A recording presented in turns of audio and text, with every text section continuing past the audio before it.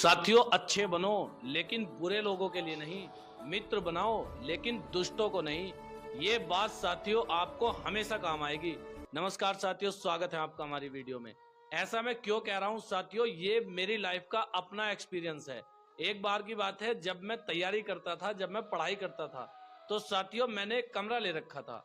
वो railway station के पास था। तो साथियों, अगर कोई रिश्तेदार या कोई भी उस रेलवे स्टेशन पे उतरते थे तो वो मुझे फोन कर लेते थे कि भाई मैं इस समय यहाँ आऊंगा, मुझे लिवा जाना।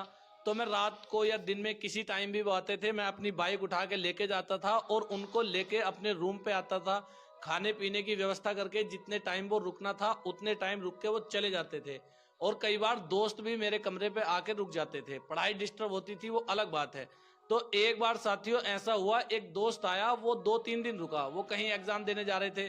तो साथियों उनकी ट्रेन रात को किसी टाइम थी, तो वो एग्जाम से पहले भी मेरे पास रुके एक रात। और जब एग्जाम देके वो वापस लौटे तब भी वो रात में ही आए। और वापस आके भी वो मेरे कमरे पे रुके, 2 दिन कमरे पे रुके बाद में। तो साथियों उसने कहा कि भाई गांव में पढ़ाई में थोड़ा डिस्टरबेंस होता है, पढ़ाई हो नहीं पाती अच्छे से। मैं भी कोई कमरा लेके बाहर शहर में रह के पढ़ना चाहता हूँ, और कोई कमरा हो तो मुझे बताना, अच्छा सा रूम हो। ऐसा ना हो जैसा तेरा है ना, कि कोई भी यहाँ आता है सब परेशान करते हैं, इस तरह नहीं। भाई ये बात सुन के मेरा बिल्कुल दिल टूट गया, मुझे बहुत बुरा लगा। देखिए साथियों, वो कमरा ऐसा नहीं था कि उसपे कोई भी आ सकता था। वो तो उस कमरे में रहने वाला मैं ऐसा था कि भाई जो भी आता था उसका स्वागत करता, सम्मान करता और हर किसी की हेल्प करने के लिए तैयार रहता था। और वो खुद भी 3 दिन से मेरे कमरे पे रुका हुआ था।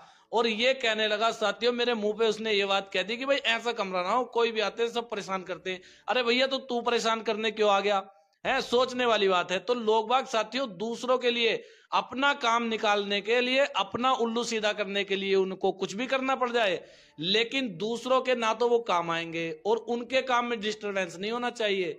जिस तरह की वो बात कह रहा था कि ऐसा ना हो कोई भी आ जाए, तो वो 3 दिन 4 दिन जो मेरे कमरे पे रुका, अगर कभी भविष्य में मुझे उसकी जरूरत पड़ने लगी तो भाई साहब वो तो पहचानने से भी इनकार कर देगा, या फिर अपना इतना सा भी काम खराब नहीं करेगा। जब मैं किसी दोस्त को लेने जाता था, चाहे वो कितने ही नजदीक स्टेशन था, अगर बाइक से लेने जा रहा हूं तो तेल भी लग रहा है, मेरा समय भी खर्च हो रहा है।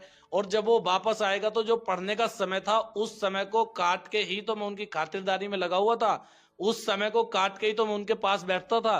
तो साथियों मैं तो इस तरह से दूसरों की हेल्प करने की सोच रहा हूं। और ऐसे ही एक लड़के ने आके 3 दिन रुक के मेरे से ये कह दिया कि भाई ऐसा कमरा ना हो कि कोई भी वहां जाता हो। उस दिन साथियों मुझे शिक्षा मिली कि अच्छे बनो लेकिन बुरे लोगों के लिए नहीं।